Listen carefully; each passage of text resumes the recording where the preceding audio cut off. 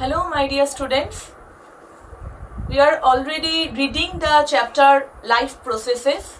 Hopefully you have gone through the last videos. Today our topic is regarding transportation and excretion in plants. In last class we just completed regarding the circulation or transportation in human beings related to this topic, right?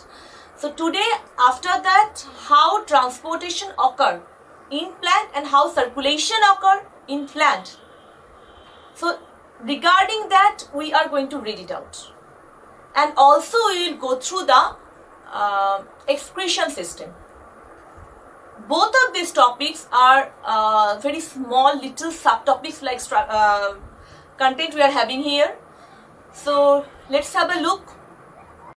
So today's topic, plants transportation system.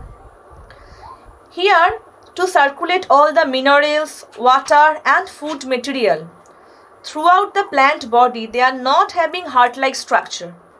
So how they are going to circulate all this material? So probably there can be this kind of options like diffusion. It may be helpful.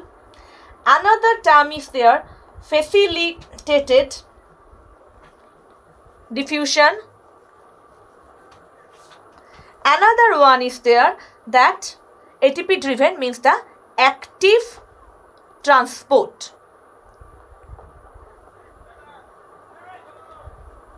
So facilitated diffusion, this one is means with help of some proteins. Okay, diffusion already we know here ATP expenditure is nil. And active transport here ATP needed. As diffusion here also no ATP needed.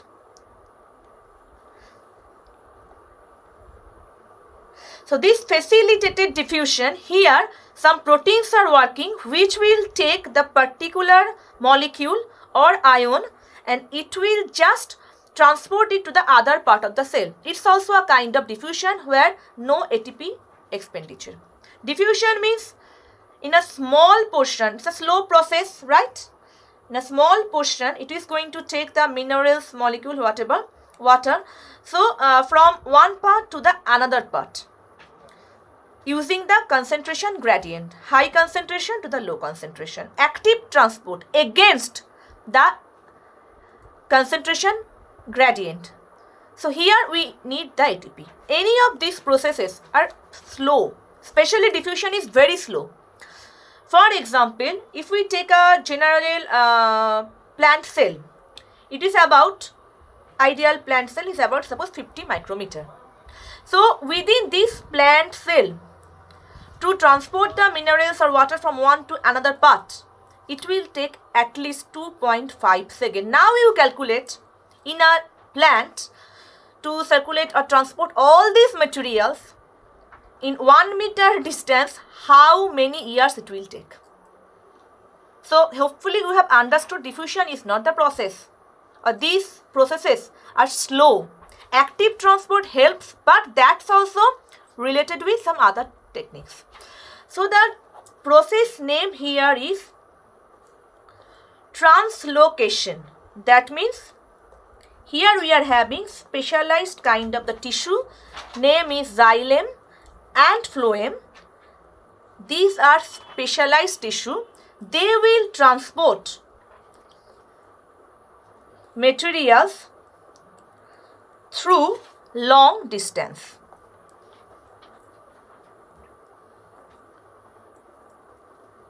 Okay, xylem. For xylem, here we are having specially xylem parenchyma, trachea and xylem fiber. So trachea and trachea, especially the vessels, they will transport the water and the minerals. Phloem, especially the sieve tube. With this, the companion cell, this name we must not forget, sieve tube, with this the companion cells. Sieve tube means these are actually tube-like structures, alive cells, and these are making the vessel-like structures with perforations.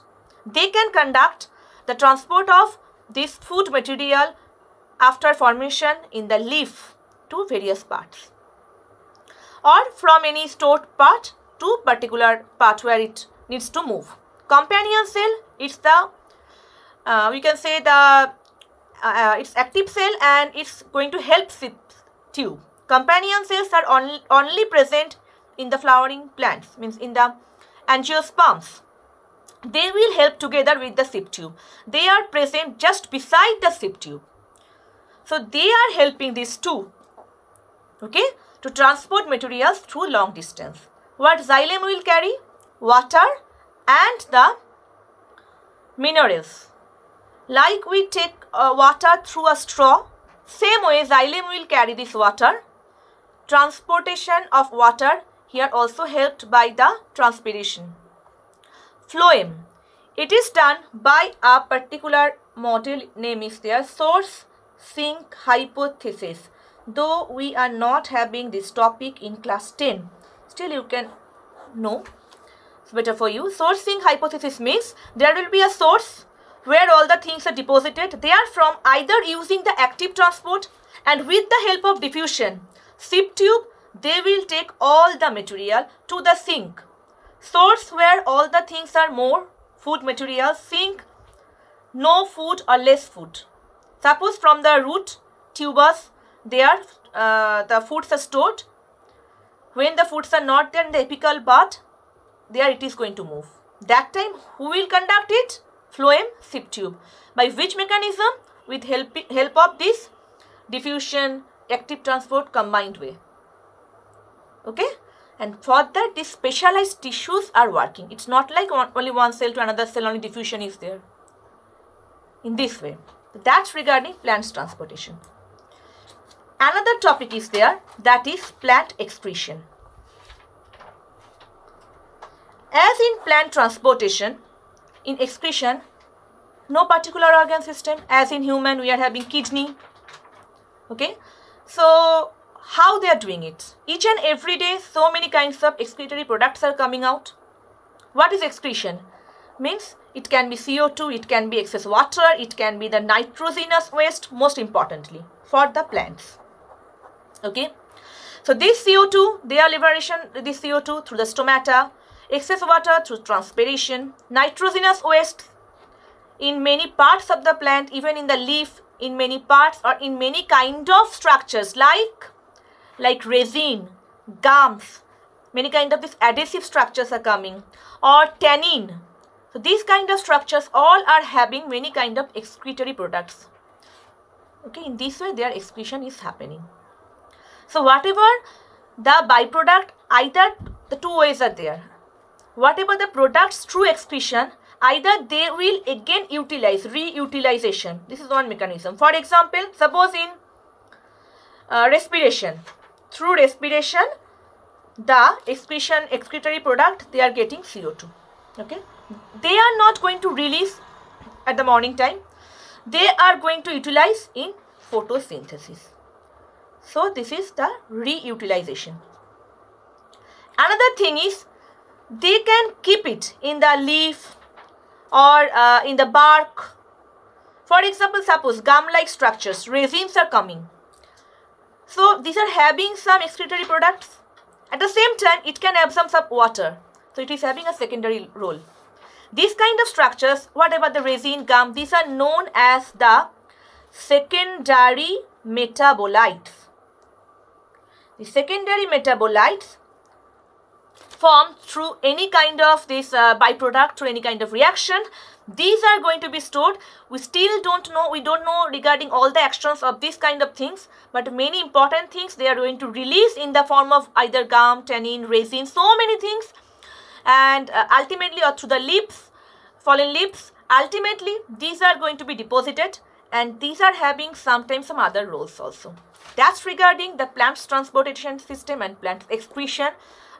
Very means small, we can say subtopic. Go through your NCERT book. Before that, a quick recap through the slides. Let's have a look. So let's start a quick recap. Transportation and excretion in plants. First we will talk about transportation. Plants have two different types of transport tissue. Xylem transports water and solutes from the roots to the leaves. Phloem transports food from the leaves to the rest of the plant. In plants, transport system is not complicated and it consists of the bundles of tubes in the stem, branches or other parts.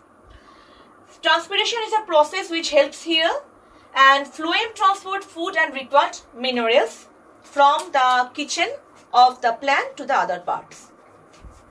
This diagram to explain how it's done means the phloem's action. So first xylem, water and minerals taken by the roots, and then they will conduct this through upward movement. Ultimately it reaches to the water and minerals from the soil, will come to the leaf part.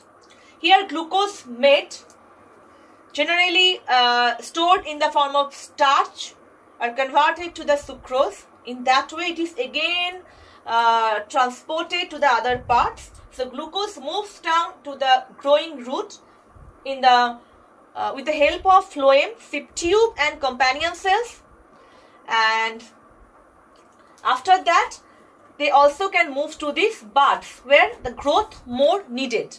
So in this way long distance transport occurs through xylem and phloem, which is known as the translocation. So the transport of soluble products of photosynthesis is known as translocation, and in plants it occurs by means of vascular tissue known as phloem. It is essential for plants because without it the food prepared by the leaves cannot reach other parts of the plants. So already we read how photosynthesis is performed, and here how that food material is transported. Transport of soluble product of photosynthesis or food from leaves to other parts of plant is called translocation. For translocation, food molecules enter the part of the phloem called sip tubes, where they can be transported upward or downward to all the parts including the roots. That's all for this subtopic.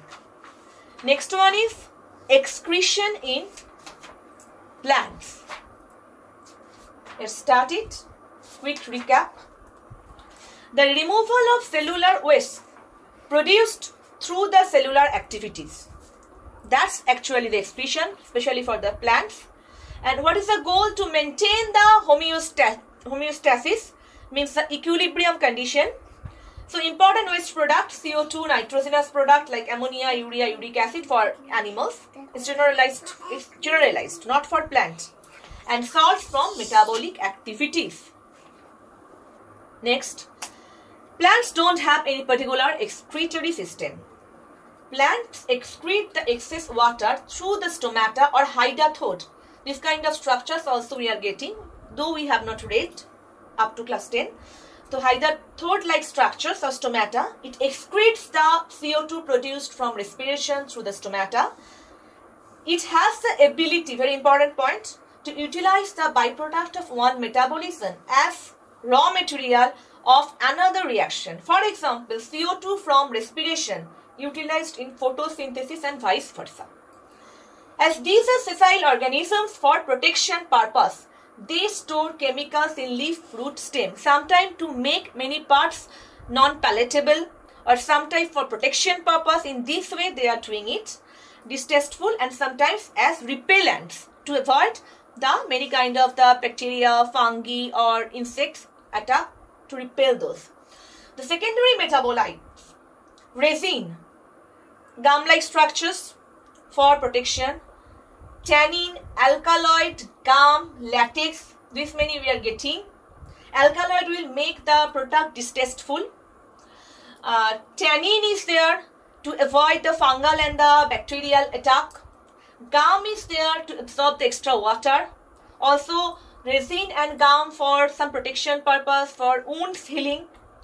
Latex is there for the same purpose. So these are also excretory products having some useful activities for the species. Let's have a look that this kind of things, secondary metabolites, even we can reutilize, or many kind of utilizations are there. For example, quinine we are getting from cinchona. It's a bark part. It is also a kind of the excretory material. Or nicotine. Leaves when falling down, they are having this nicotine. Okay, so this is excretory material. It's going to be stored here. Or morphine in the fruit. So these are the excretory material we are getting in bark, leaf, fruit, root, seed, these parts. In this way, they are releasing the unnecessary things from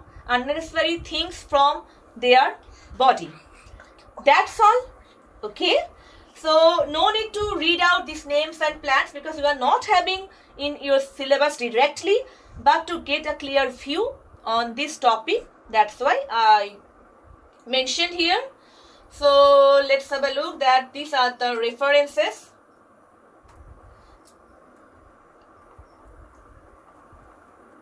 These are the references. Okay. Anyways, so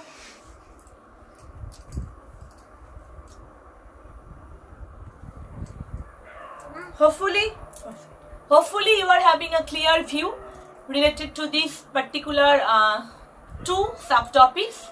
Read it out. Very soon you will get your worksheet. Okay. Till then, bye.